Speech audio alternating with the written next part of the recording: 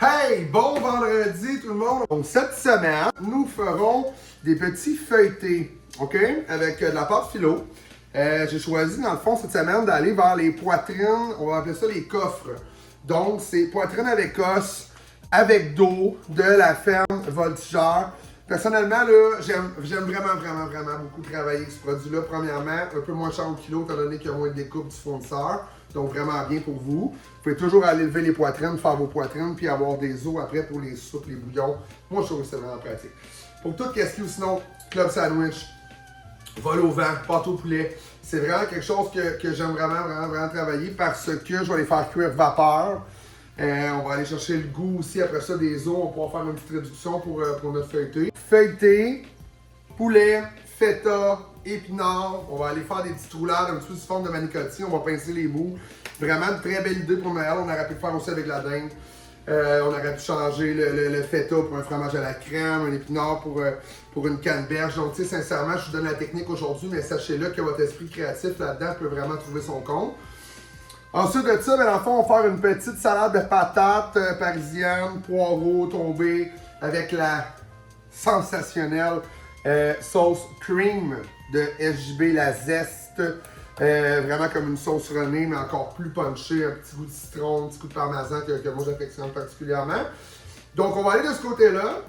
Puis parce que j'avais encore des petits pots de foie gras de la compagnie Goulu, ben cette semaine aussi je vais faire une petite idée de dessert dans le fond, donc qui va être un petit feuilleté parce que j'avais de la pâte philo. Donc je fais de petits bonbons, bleuets, foie gras, miel, on va venir faire ça en petit roulé. Puis on va venir mettre un petit peu de chocolat sur le dessus, c'est Noël, c'est festif, on veut se gâter.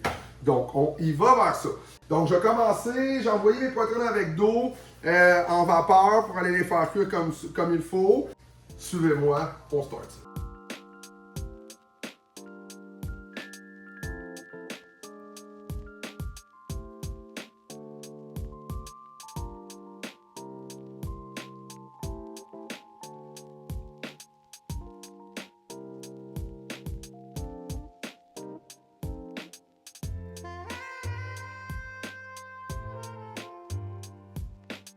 Donc, je vais vous mettre du visuel dans le fond pour comment je fais mon dessert. Donc, ça ici là, c'est mon appareil au niveau bleuet. J'ai mis 3 casseaux de bleuet. J'ai mis un petit pot de foie gras nature de Goulu.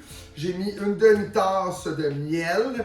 Et j'ai fait, dans le fond, compoter ça à feu doux. Très important parce que vous mettez du sucre à l'intérieur.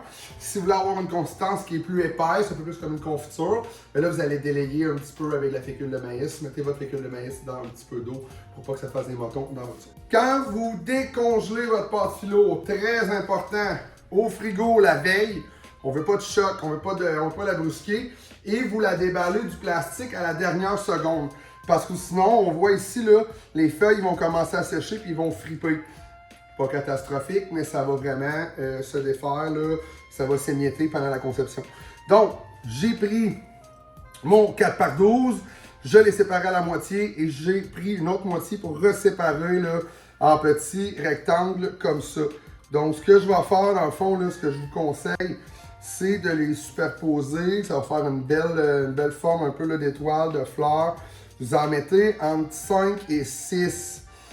Pourquoi? Parce que sinon, ça va être beaucoup trop mince. Puis quand vous allez le sortir de là, ça va être une petite catastrophe.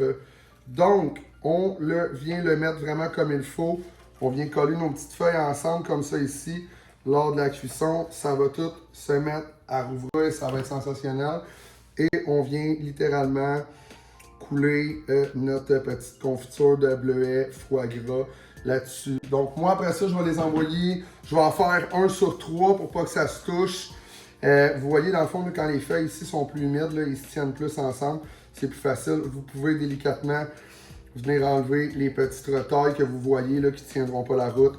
Donc comme ça, je vais les envoyer à 350 pendant 10 à 12 minutes. Gardez les yeux dessus. La pâte philo, ça peut être capricieux. Donc, ils vont cuire comme ça. Quand je vais les sortir, je vais les laisser refroidir. J'ai fait mes poitrines vapeur. Je les ai passées au robot pour 10 poitrines de poulet. Donc, 5 doubles. J'ai pris 1 kg de feta. j'ai pris 2 grosses barquettes d'épinards. Puis j'ai passé ça, dans le fond, au robot. Je me suis fait comme une poche en pressoir, dans le fond. Donc, par la suite, on vient étendre. Puis littéralement, là, on vient faire une belle carotte de farce à l'intérieur de ça. Moi, personnellement, je ne le mouillerai pas pour aller le sceller parce que j'ai quand même une belle humidité là, dans ma farce. Donc, je vais venir délicatement le rouler comme ça ici. Je vais venir pincer un petit peu les bouts pour que ça tienne. Et dans le fond, je vais venir les mettre sur ma plaque pour que je les envoie au four à 350. Ça va gonfler, le feta va fondre, ça va vraiment se réchauffer. Vraiment, vraiment, vraiment très bon. Donc, nous sommes de retour. Sincèrement, comme d'habitude, je trouve que l'odeur est sensationnelle. Ça peut faire vraiment un beau visuel aussi, là, quand on va chercher là, tu sais, bien croquant, on l'entend, ça va se défaire. La farce, ça commence à sortir par les côtés. On est vraiment, vraiment satisfait. Super goûteux. Belle petite salade. Encore là, rien de compliqué là-dedans. Là.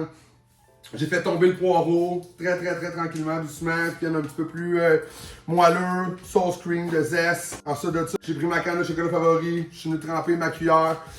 Faire des beaux sacs. Je pense visuellement que ça peut être super beau à Noël. J'ai remis un peu ma compote là, dans le centre pour les gens qui en veulent un petit peu plus pour les contours.